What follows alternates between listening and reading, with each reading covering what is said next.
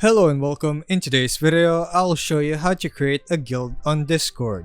Guilds are small exclusive servers built for tight-knit gaming communities with a maximum of 200 members.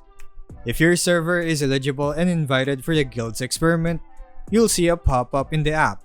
Tap check it out to start. From there, you can either create a brand new server or convert your current one into a guild. Next, choose the main game or games your guild will focus on. Then pick your playstyle, ranging from very casual to very hardcore. You can also set demographics like age or game ranks if you want. Now define your guild's personality. Select at least 3 traits, write a short description, and add 3 words that describe your community. After that, create a guild tag of up to 4 characters and design a badge. To customize even further, select a banner with preset themes like night sky or castle, and pick your colors.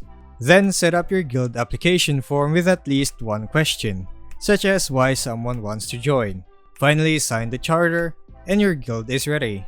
Don't forget to wear your guild tag proudly across Discord. And that's how you create a guild on Discord. Thanks for watching, and I'll see you in the next video.